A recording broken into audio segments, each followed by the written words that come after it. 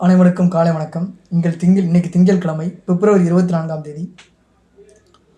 Apple நிறுவனத்தின் இணை நிறுவனர் ஸ்டீவன் ஜாப்ஸ், ஆனால் ஷார்ட்டாக ஸ்டீவ் ஜாப்ஸ்ன்னு சொல்கிறாங்க. ஆப்பிள் நிறுவனத்தின் இணை நிறுவனர், கம்ப்யூட்டர் துறையில் புரட்சியை உருவாக்கி வருமான ஸ்டீவன் பால் ஜாப்ஸ் பிறந்த தினம் இன்று. பவுல் ஜாப்ஸ் அல்ல, பால் ஜாப்ஸ். நேற்று மைக்கேல் டெல்லை பற்றி பார்த்தோம். இன்னைக்கு ஆப்பிள் நிறுவனத்தை பற்றி. ரெண்டு பேருமே பிப்ரவரி மாதத்தில் அடுத்தடுத்த நாட்களில் பிறந்திருக்கிறாங்க.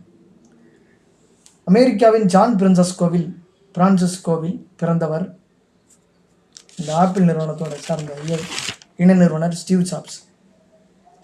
மைக்கேல் டெல்லுமே அமெரிக்காவில் தான் பிறந்திருக்கிறார். 1955 பிறந்தவர். நேற்று பிறந்தவர் 1965. பல்கலைக்கழகத்தில் படித்துக் கொண்டிருந்த திருமணமாகாத ஜோடிக்கு பிறந்தவர். லிவிங் டுகெதராக வாழ்ந்தவங்களுக்கு பிறந்தவர். பால் ரெயின்ஹோல்ட் ஜாப்ஸ், கிளாரா தம்பதி இவரை தத்து எடுத்தனர்.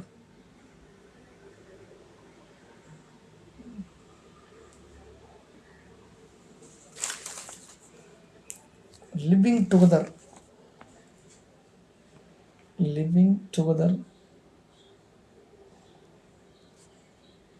சன்.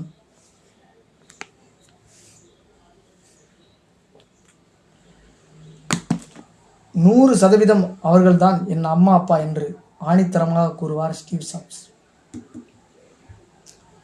அந்த அளவுக்கு வளர்ந்துருக்கிறாங்க. என்ன ஒரு வேதனை. இவருக்கு 5 வயதாக இருந்த பொழுது குடும்பம் கலிபோர்னியாவுக்கு குடிபெயர்ந்தது. அப்பா மூலமாக எலக்ட்ரானிக்ஸ் துறையில் நாட்டம் ஏற்பட்டது. இவர் பள்ளி செல்ல தொடங்கும் முன்பே எழுத படிக்க கற்றுத்தந்தார் அம்மா. பள்ளி படிப்பை முடித்தவர் பாதியிலேயே கல்லூரியில் இருந்து வெளியேறினார். எலக்ட்ரானிக்ஸ் சம்பந்தமான வேலைகளை செய்து வந்தார். 1974 ஆன்மீக அமைதியை நாடி இந்தியா வந்தார். நீம் கரோலி பாபாவை தரிசிக்க உத்தரப்பிரதேசம் கைஞ்சி ஆசிரமத்துக்கு தன் நண்பர்களுடன் வந்தார். இந்தியாவில் 7 மாதங்கள் தங்கி பல இடங்களுக்கு சுற்றுப்பயணம் சென்றார். பாபாவை தன் ஆன்மீக குருவாய் ஏற்றார். இதுவே அவர் புத்த மதத்தை தழுவ காரணமாக இருந்தது. இவருக்கு 5 வயதாக இருந்த பொழுது குடும்பம் கலிபோர்னியாவுக்கு இடம்பெறுகிறது. அப்பா மூலம் எலக்ட்ரானிக்ஸ் துறையில் நாட்டம் ஏற்பட்டது. இவர் பள்ளி செல்ல தொடங்கும் முன்பே எழுத படிக்க கற்றுக் கொடுத்தார் அம்மா. பள்ளி படிப்பை முடித்தவர் பாதியிலேயே கல்லூரியிலிருந்து வெளியேறினார். எலக்ட்ரானிக்ஸ் சம்பந்தமான வேலைகளை செய்து வந்தார். 1974 ஆன்மீக அமைதியை நாடி இந்தியா வந்தார். நீம் கரோலி பாபாவை தரிசிக்க உத்தரப்பிரதேசம் கைஞ்சி ஆசிரமத்துக்கு தன் நண்பர்களுடன் வந்தார். இந்தியாவில் 7 மாதங்கள் தங்கி பல இடங்களுக்கு சுற்றுப்பயணம் சென்றார். பாபாவை தன் ஆன்மீக குருவாக ஏற்றார். இதுவே அவர் புத்த மதத்தை தழுவ காரணமாக இருந்தது.